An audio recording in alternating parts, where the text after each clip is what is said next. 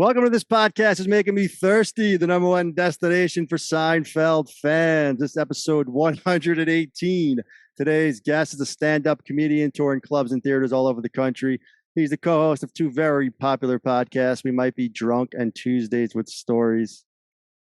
You've seen him on Conan, Comedy Central, Netflix, Joe Rogan Experience, and his latest special, Out to Lunch, has over 10 million views on YouTube. Please welcome Mark Normand. Mark, thanks for joining. Hey, thanks for having me. Not the stink guy, not the crook guy, Evil Eye. All right, that's one of my favorites. Keep them coming. That's a later season, but it's definitely an interesting episode. Those later seasons. Yeah, we'll dig into that. So, yeah, and I'm obviously a big Seinfeld fan, buddies with Jerry, the whole thing. But take us back. You're a New Orleans guy, born in 83, so you were roughly, 6 or so when Seinfeld came about. Yeah. When did you start getting into the show? What season did you watch it live? Tell us a little bit about the history of the show for you. Well, the TV was a big thing in my house, and nobody could agree on what to watch. My dad was like, news. You know, my dad's in a suit. He's pissed off. He wants the news on. And my mom wanted to read, and me and my brother, he wanted to watch this. I wanted to watch The Simpsons. So we could never come together on anything. And I would put Friends on or some, horse shit like that. And my dad he was so bored with it. He could predict every punchline and he could predict every storyline. And so he was like, this is shit. This is elementary. This is weak. But we'd all watch Seinfeld and everybody liked it. My mom's laughing. I'm laughing. I'm 8. I'm 9 and I'm laughing. But yeah, I mean, that's what really brought the house together. So everybody approved of it, and we could all get on board. And then we even watched the reruns later, but it brought us together as a family. There you go. Good to hear. What's interesting about that too, you mentioned your dad calling out the plot lines and all that kind of stuff. That's exactly how I felt watching Seinfeld for the first time, watching all these TV shows growing up, Different Strokes, Family Ties, whatever it was, right? You get all formulas, what's going to happen. Then Seinfeld comes along, the jacket, the phone message. These episodes, season 2 are just, I'm 11, 12 years old. I'm like, this is just different. You couldn't guess what was going to happen, right? In the baby shower, Jerry's getting shot up in a dream when the FBI come, right? Like these things didn't happen on sitcoms where you're like, whoa, the main guy just got shot. What's happening? Like crazy things like that are happening, and you just, you never seen it before on TV, right? So yeah, and the I always say the best comedy is when smart people and dumb people like it. Like The Simpsons is obviously a brilliant show, and dumb people are like, hey, it's a fat guy, he's funny. And smart people are like, that's a great joke. Seinfeld had that. I mean, they're doing Master of the House. I mean, that's a Les Mis song from a Broadway play or a Victor Hugo book. And then they're doing Death to Tyrants. They're making jokes about Hinckley, the guy who shot Reagan. I mean, it was pretty sophisticated stuff, but I didn't get any of that. I was 11, but I still liked it, and they liked it. So that's a testament to how good the writing was. Yeah, it's interesting too. We always talk about it. They never grew up, right? That was their whole thing. We're not men, Jerry, right? We're kids, right? And you're watching it as a 13-year-old or a 10-year-old, and you were when George, George is eating on the phone to talk to a girl. I remember the first time I called the girl, I'm like, oh, if I eat, I'll sell. Like that kind of stuff. Like they're kids, so you relate to them on that level. Right. And it's interesting too from New Orleans. So as you're getting older, now you're in high school and stuff. Are your buddies into it, or is it still like you're kind of like on the outside looking in that respect, where you're not, tossing lines back and forth with them and stuff? Definitely a little on the outsides looking in. Then you get to college maybe, and a few people get it. But yeah, definitely at the time it was maybe a adult show. So yeah, that was weird. But they're saying words like Svengali and shit. And I don't know what the hell's going on, but I knew this show was funny and I'd never seen anything like it.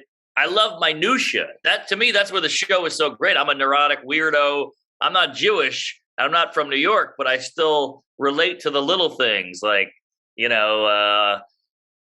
that was a bad hello. What was up with that hello? He's got greeting problems, right. And I would think I had a bad hello the other day, or the eating on the answering machine, like you said, little stuff like that. So what was, I think about like first memories of the show. You mentioned your family gathering around. Like, we've had, Fiore, a couple other guys. They mentioned like the Hamptons. Like, what was the first? For me, I think it was the phone message, season 2 that resonates. Tippy toe. Yeah. But what do you remember? Like which episode just like kind of, I guess, won your heart, if you will? That's a good question. My favorite episode is the dinner party. It's a Larry David episode. It's full of jokes. It's basically like stand-up. Carrot cake, you don't make carrots into a cake. Come on. Black Forest, go, ooh, scary. It's just joke. But the one that really blew my mind was the roommate switch. That was huge for me because it had like that weird montage in it. The overhead shot at the diner. Yeah, with the spoon and the tearing the napkin and all that, and then them working it out on the sidewalk, and they're at the end of their rope. They got to order a pizza. George's like, let's take a day off. I love that they put that much work into such a simple thing, and they took it so seriously. To me, that was great. And then another one was when Jerry was trying to get away from Ramon. He was like, I got enough friends. Cool guy, yeah. The pool guy's like, I can't have any more friends. I don't want to hang out with you. That was crazy to see. Every sitcom's all about like coming together and we're all cool and there's heart. And this was like, this guy sucks and I hate him. That was huge. I'd never seen that on TV. Right. Yeah. That you mentioned a season 6 and a season 7 there. The male unbonding, which is early, obviously a season 1, which a lot of people poo-poo on. That had a little bit of I don't want to be your friend anymore either. But I got you on the season on those 2 episodes, especially the dinner party. That's easily a top 10. There's no doubt about that. Oh, really? Yeah. Dinner party for sure.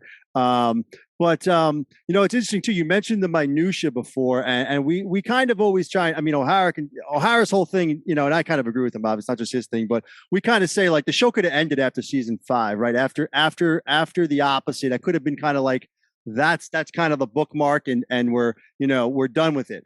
But if it didn't end, so it's almost like the end of a chapter, right? So Larry Charles leaves after season 5, Tom Sharonis leaves after season 5. And then LD leaves after season 7. So it's almost like 3 different shows in a way. Right. The undertones are all there, but we're getting 3 different shows almost from, post season 5 to 7, and then 8 and 9 are different.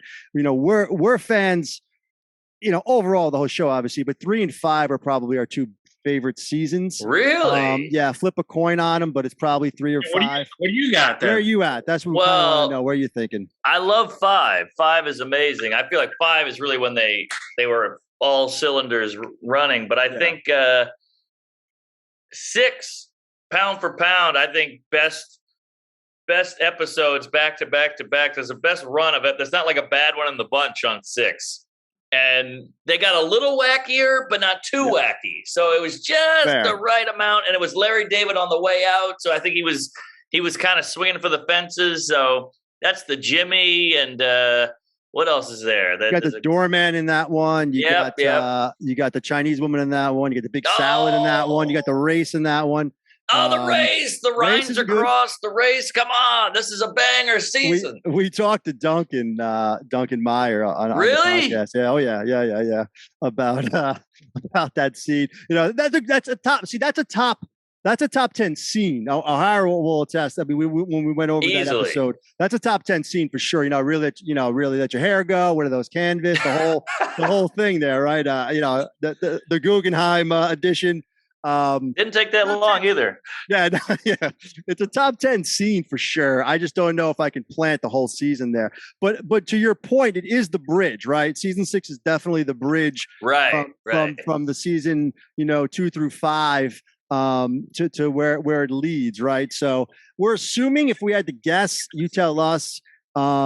Is George your guy as far as the show goes? Oh, yeah. Yeah, right. 100%. I mean, 100%. All day long. Look, they're all great. They're all great in their own ways. But that character with that actor, I mean, let's be honest. The guy seems like a nightmare off stage. He's a little pretentious, a little cocky. I got all the box sets. And anytime he talks, it's like, what I was trying to do, you're like, all right. But man, is he good in that role, and the look, the way he looks, and the way he's tries to swindle everybody, and the bereavement fair. Was that wrong? Was that wrong? Having sex with the maid? It's too good. Now the masseuse doesn't like him. He chases her out. It's gold.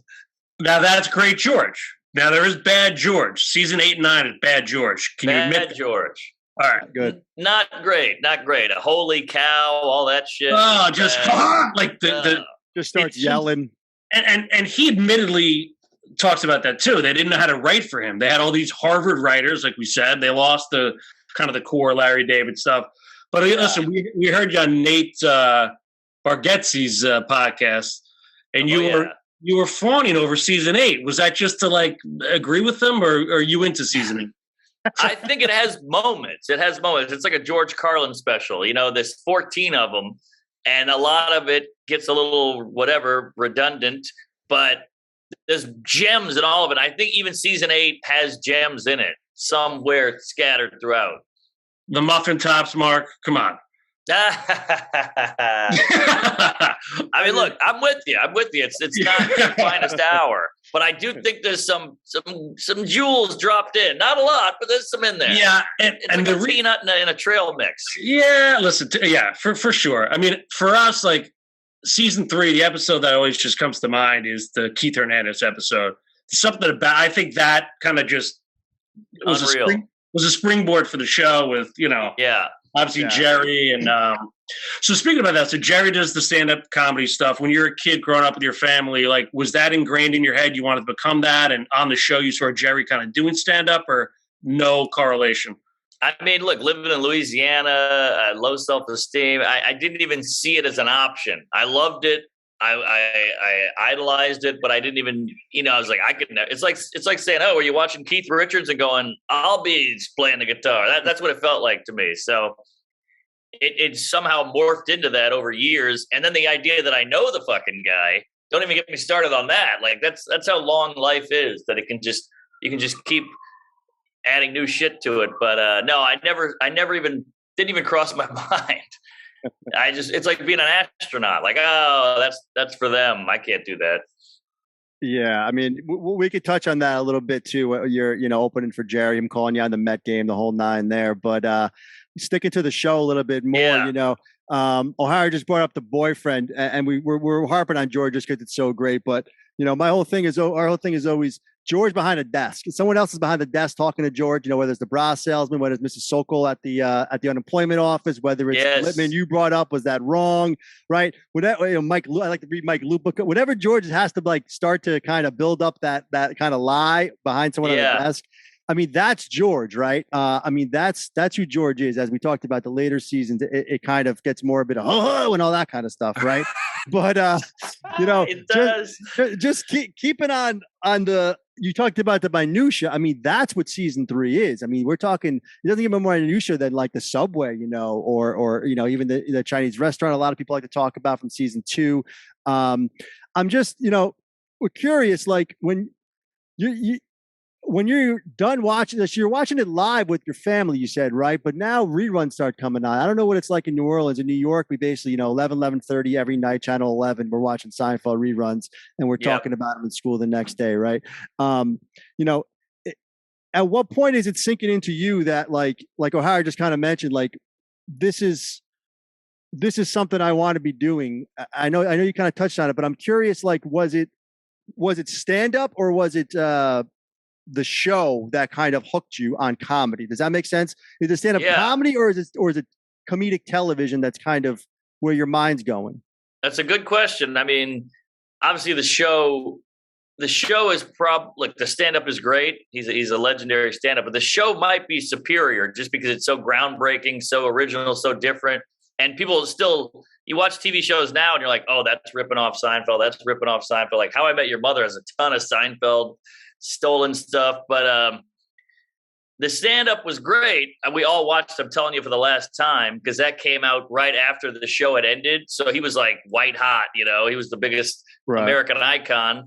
But the show, I just loved the show. The show meant a lot to me. But stand-up, I saw him doing the HBO special, but I was like, I looked at it more as like, maybe I'll just be like like a jam band. I'll just be like a little, comic who does it for fun. I never thought it would go anywhere really.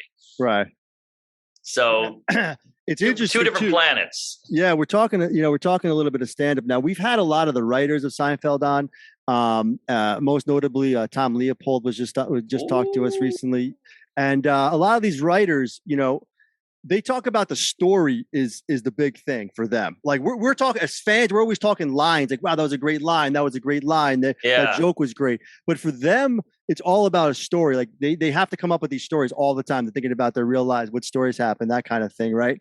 And I kind of was trying to equate that to stand up, where you're writing jokes, right? You have a punchline, like your joke about the earphones, right? I forgot my earphones in my own head, and then you kind of end it with the sleeping part, right? And I could sleep on a gravel road, right? But that's the joke, right? I could sleep on a gravel road, right? But you tell the whole story leading up to that. Yes.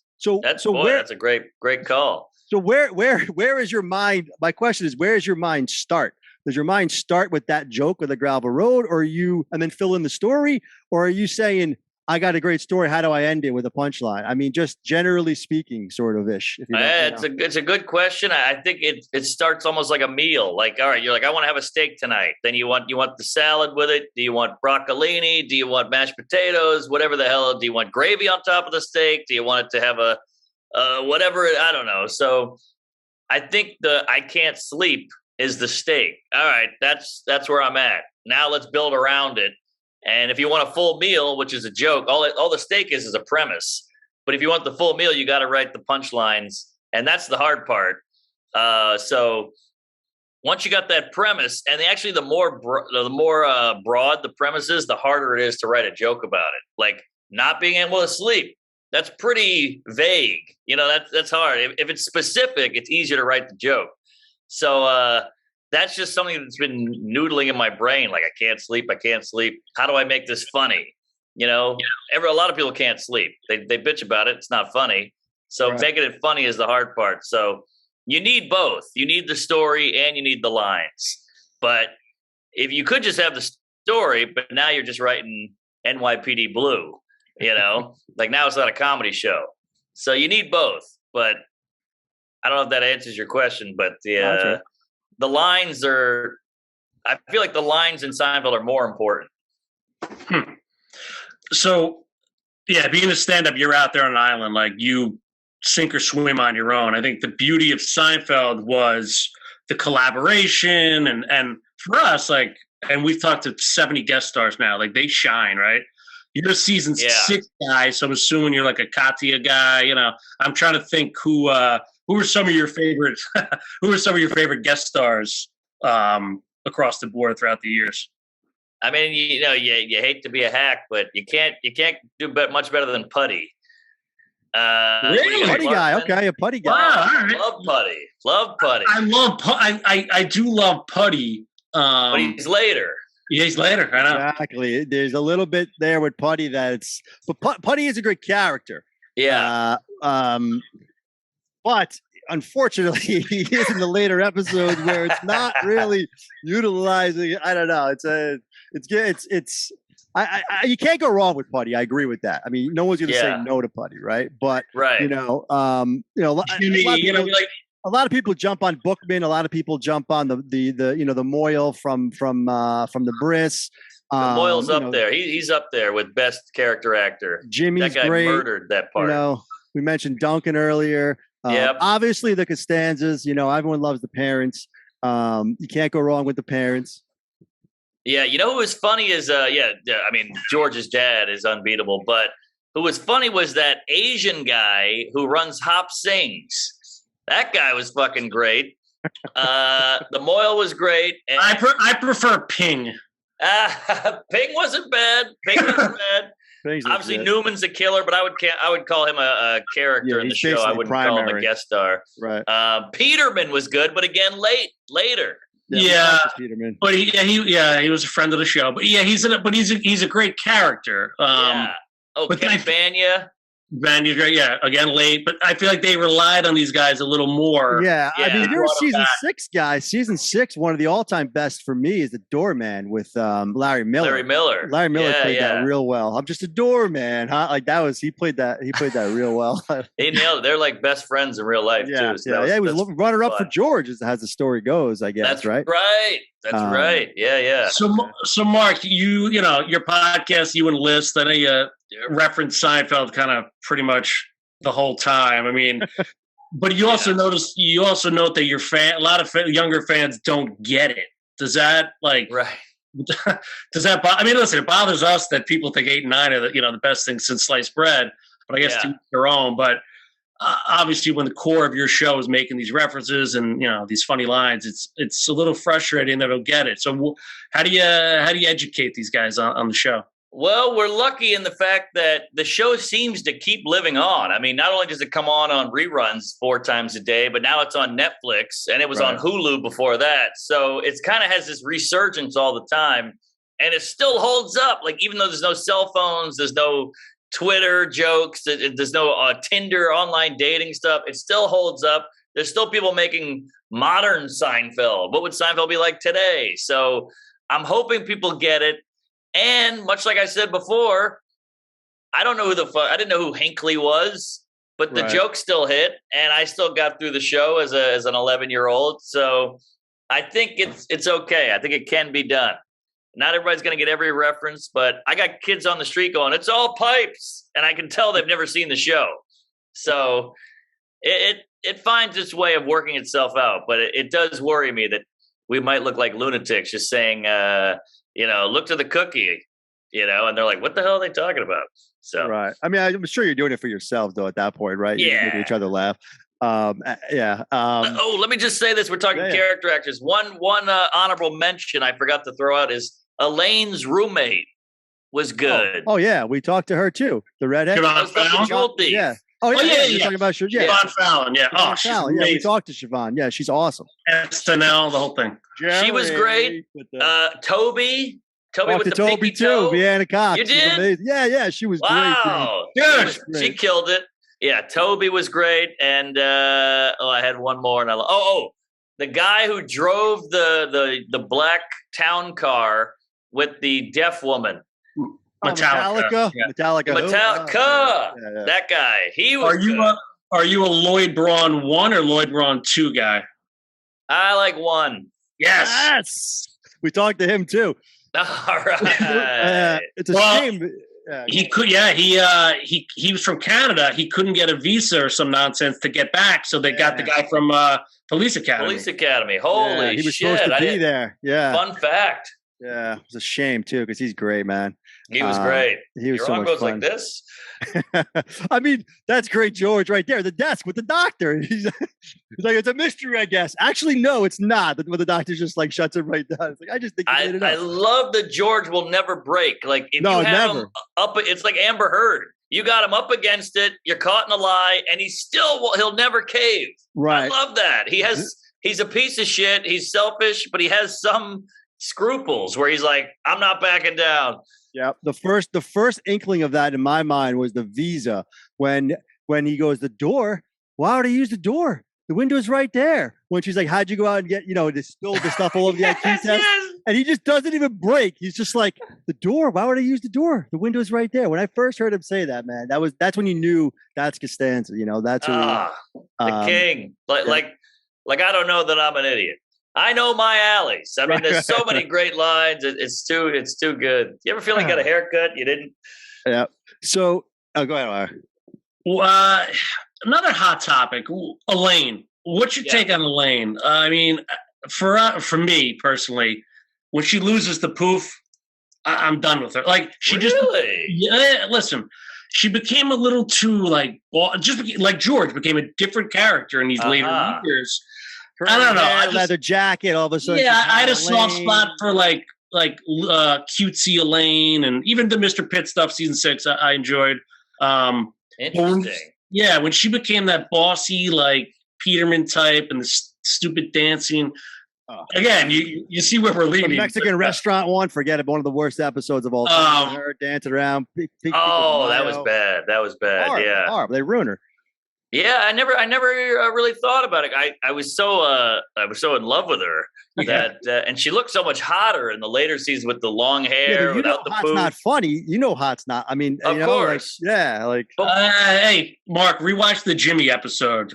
Okay, I know. Yeah, well. she's smoking in the Jimmy. Actually, that's with the JFK Jr. JFK Jr. Yeah, too. Yeah. But what about I mentioned the bisque? She turns it on. You don't think she put asses in the seats? That's when she turns it on with Dalrymple. Right. That's right. Yeah, ketchup. But well, you just brought up yada yada.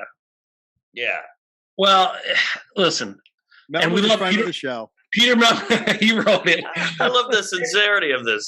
And even Melman says, he didn't think that was the big joke that was going to take off. He thought that the anti-death type stuff was funnier. I agree. Yeah. But at that 7, 8, 9, it becomes all about these like kitschy little catchphrases and not about fun anymore. Right. So like yada yada. I get it, but I agree, but sometimes the catchphrases weren't catchphrases. We made them catchphrases. That's how good they were. Like, not that there's anything wrong with that. Obviously, they pushed that on us a few times, but that's a good line.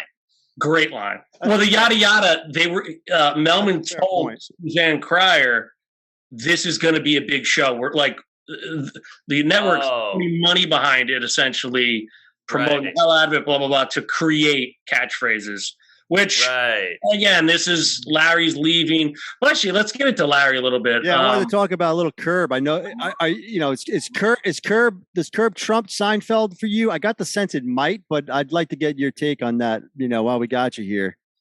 I love Larry. Larry David's like my all-time number one hero guy. Him and Norm Macdonald, maybe. But Larry David, I gotta say, Curb is good, but I think it misses more than Seinfeld.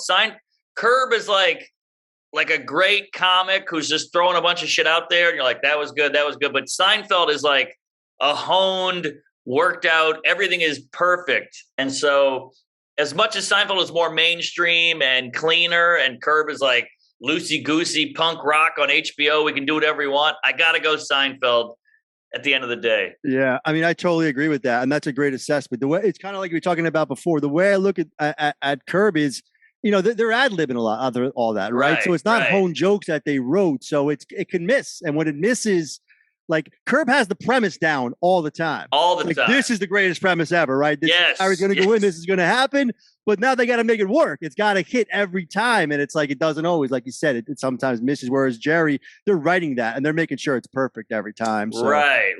So Curb has the ability to catch lightning in a bottle. Oh my God, this is unwritten. Like this happened just magically.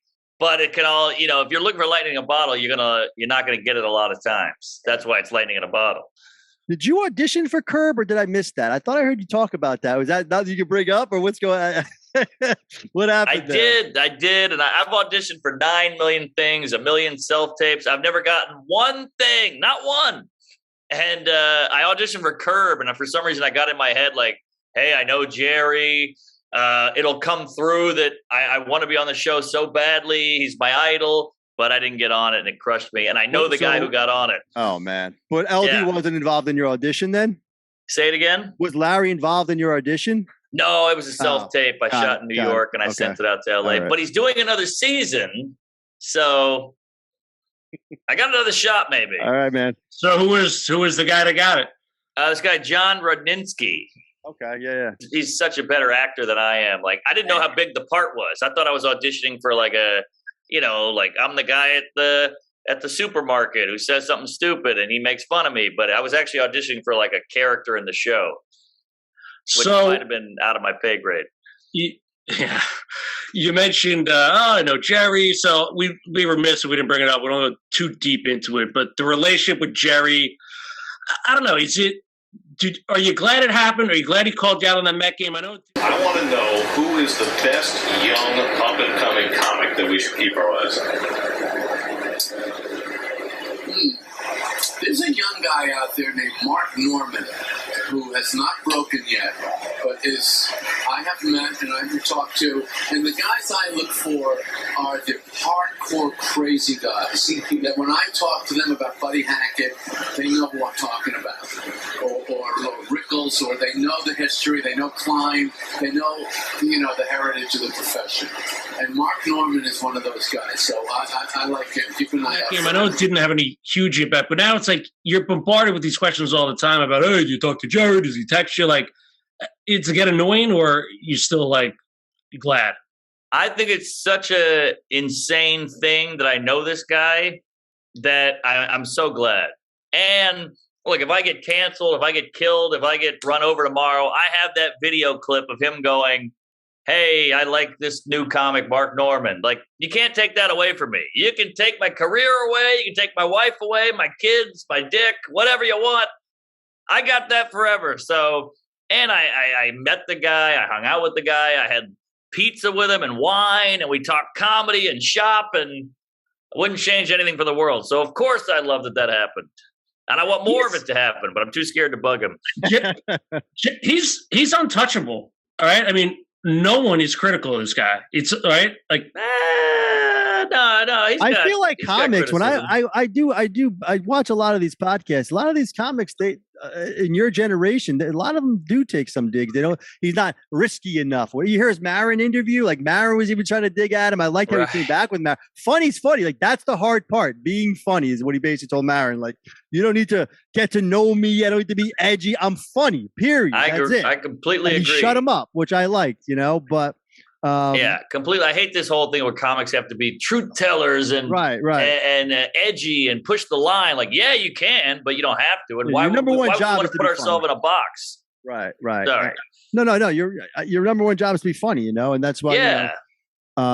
It's interesting though. You talk about you're in the green room with Jerry. You're eating that pizza with Jerry, right? Obviously, your mind's blown, like you said. Yeah. But when you do kind of get in the moment with him, and he's just a dude eating pizza, right? At that point, at some point it has to sink in that it's just a guy eating pizza who's a comic like me, right? It's not this, hero of mine, all this stuff. At that point, maybe, what are you kind of soaking in? Like, whether it was directly or indirectly, what are you learning from him? I'm sure you're trying to soak in every moment of those, interactions. Is there anything you're taking away from that you kind of have kind of taken with you, whether it's comedy related or just life in general? Yeah, good question again. Boy, you're on it today. So I met him in a green room of a comedy club. He did a set, and I had to go on after him, which is a nightmare for every non-famous guy because they don't care. The audience has seen, Jerry Seinfeld. They don't. Now I come by and they go, "Oh, let's go to the bathroom," So I happened to have a good set after him. He watched me. We went to the green room. And I was shitting blood. I'm just like, the guy I've been watching is right here in front of me. We're in a room, like a 5x5 room, sitting across from each other talking. He's got a Mets hat on and a T-shirt and a leather jacket.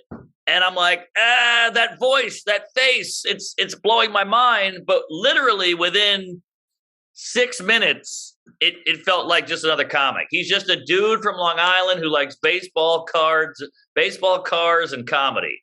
So it weirdly dissipated in like 6 minutes. And don't get me wrong, I was still trying to be funny and likable, and I wanted him to like me. But at one point he goes, take my number. And I was like, And I go, I'll never use this. And he goes, use it. So the whole thing is insane. But yeah, we did a show together. Then we got pizza after at some like crazy hole in the wall in Hell's Kitchen. And I remember sitting there going, by that time we had done the shows, we had worked together, we sat in a green room. Now we're in a restaurant. So it was pretty normal. But I remember literally thinking, this will end. Absorb this, be in the moment, but absorb. And then we finished. I didn't want it to end. And he got into a black car, like a SUV, and he goes, you going to be good? And I go, I'm going to be great. And I walked 60 blocks home in the middle of the night, in the winter, in a suit, and just soaked it all up. Wow. Sorry, that got a little queasy. No, that's it's what it's all about, dude. You grinded your ass off for it, so. I suppose he could swivel. If I'm sitting there getting pizza with him, I would ask him something like, "Why'd you dump the girl who only ate the peas one at a time?" Stuff like that. You know how hard it was not to bring up the show because that's what I'm asking. Why? Not at all. You didn't bring up what? Not anything. Not he doesn't want to talk about it. Everybody. Well, yada yada. What's the deal with yeah, he doesn't want to talk about that at all. So I knew that going in. So I just treated him like a comic. Fair enough. Yeah, I mean that's his obviously his passion, his bread and butter. But you meet Bob Dylan, you don't want to go. How'd you write Like a Rolling Stone? And he's gonna be like, all right. I'm 78 years old. Interesting you brought up Dylan, because my whole thing with Dylan is I'm a big Dylan fan, but I became a big Dylan fan. I was about 20 years old taking a songwriting class at a community college, and I'm not bragging here, but I'm taking this songwriting class, and the teacher keeps talking about Dylan, so I'm like, I'm going to learn about Dylan. But I thought, let me start with his first album and listen to that, and the second album, listen to that, and go in order the way he released them. So I can kind of see the progression, right? Because Freewheelin' Dylan is way different than Highway 61 Dylan, like a Rolling Stone, right? So you kind of have to know that, or you're not going to. So that's kind of my point too with Seinfeld, where we hear these people who are like, oh, season 9 is great.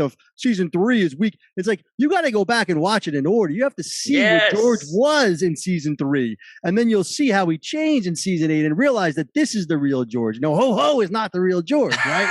So, I mean, that Dylan, I always like to use that Dylan analogy because it's such a, he's so prolific that things change right over time. And you kind of have to go in and as much as you can be in the moment of the time. There's no question there. I was just talking. I don't know. Maybe if you. No. I completely agree. Had to go see my parents. It was like a date. Yeah, I know it too well, but. All right. We haven't touched on season 4. All right. Okay. Which is great. If you say 4 is your favorite, you got no argument from me. Yeah, listen, it's the only season with an arc, obviously the pilot, and then we have a couple throw-ins there with the Junior Mint. And if you want to talk about a run, season 4 has some runs, dude. Oh, yeah. I don't love the pilot. Sorry. The LA pilot, when they go to LA. I don't love that stuff. The trip. Yeah, that's what's called season 4, the trip. That wasn't my favorite, but the pilot, the arc with that whole Bubble thing. Boy Cheever Letters Opera Virgin Contest Airport. Are you beating that run right there? I don't love Cheever Letters either, but no, you're right. No, the Cheever Letters, huh? Rewatch it tonight, dude. It felt like a stretch. You didn't care about the guy. I don't know, but opera's great. I like these opera folk. I feel tough. That's great. Crazy Joe Davola. Yeah. And the Virgin is unreal. They're in the closet. He's like, I come from a broken home. Really? Your dad left? No, actually, the home was falling in on itself, or whatever the joke. I mean, I love that episode. Yeah, sorry, go ahead. Elaine, sorry, I'm on a roll here with that episode. Then Elaine goes, she's trying to tell her about sex. She's like, man, it's overrated. Sex, their body, it's like a Jeep. It's for getting around. I remember hearing that line as a kid, and my mom laughed. That's great, Elaine. Yeah, that's great, Elaine. That's great, Elaine. And it's also, I'm noticing that you like Jerry. I have to say they're Jerry's, or probably not, but you like when there's a joke in there. You like the jokes in the show, it seems like. Whenever there's like a joke, which we're guessing is probably Jerry, doesn't have to be, but it sounds like, that's what happens with these scripts is Larry and Jerry basically, take a run at him once the writers get hold of them. But yeah, it sounds like, what do we got here? This is a pin I have. Can you read that? I'd rather be watching Seinfeld. There you go. Yeah. Mostly Seinfeld stuff. Check them out. They give me a bunch of free shit. We can send you a mug if you want. Give me a mug. Mug man. Mug Costanza. There you go. So, Mark, if there's you're flipping through the channels, Comedy Central, whatever, an episode comes up. Is there an episode that comes up you will skip? Yes. And this might be sacrilege. This might make you close the laptop here, but something about this episode rubs me the wrong way. I've seen it 800 times, and I'll still probably watch it, but I hate the busboy.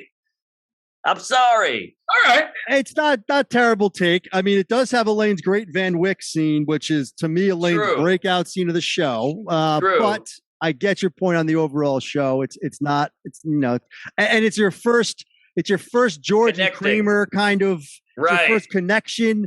So this is my point about going back. When you watch that Busboy live, it kind of blew our minds a little bit where it's like, whoa, like it all came together. Elaine's great Van Wyck, no one to beat the Van Wyck. But as an overall, I mean, I can see a skip on the Busboy. I'd give it another look though, but the puerta, whatever he says. Yeah. It's really that guy. I hate that guy. I can see that. That guy is annoying.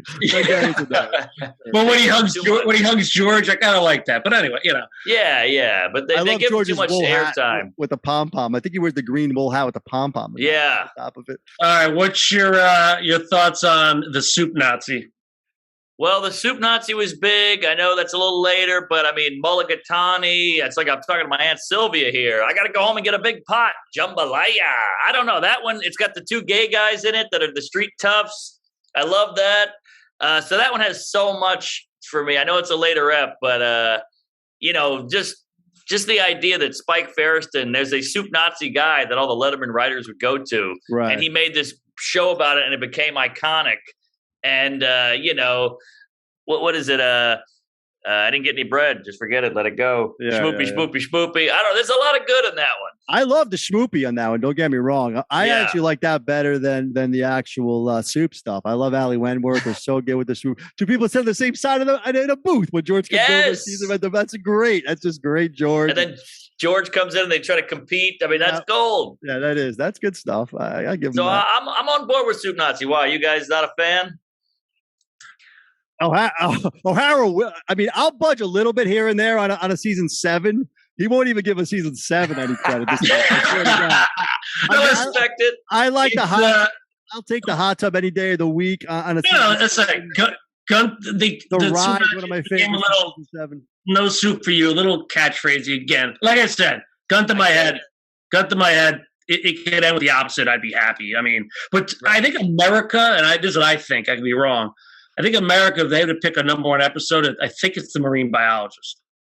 You? That's you? No, I think if America picked. Oh, really? I think that's kind of the consensus we see around Twitter and everything. But I don't know. What do you think if you had a poll? I would have said the soup Nazi probably, but I think it's the contest. That's a good question. I think it's the contest for me. I think the contest was the episode that kind of just blew everyone's minds. This is what they're talking. It's first time you see his mom. It starts off with him just talking about that. I mean, you're watching this. You're talking about watching with your parents. This show is not my kids are 10 and 8, and they always want to watch Seinfeld.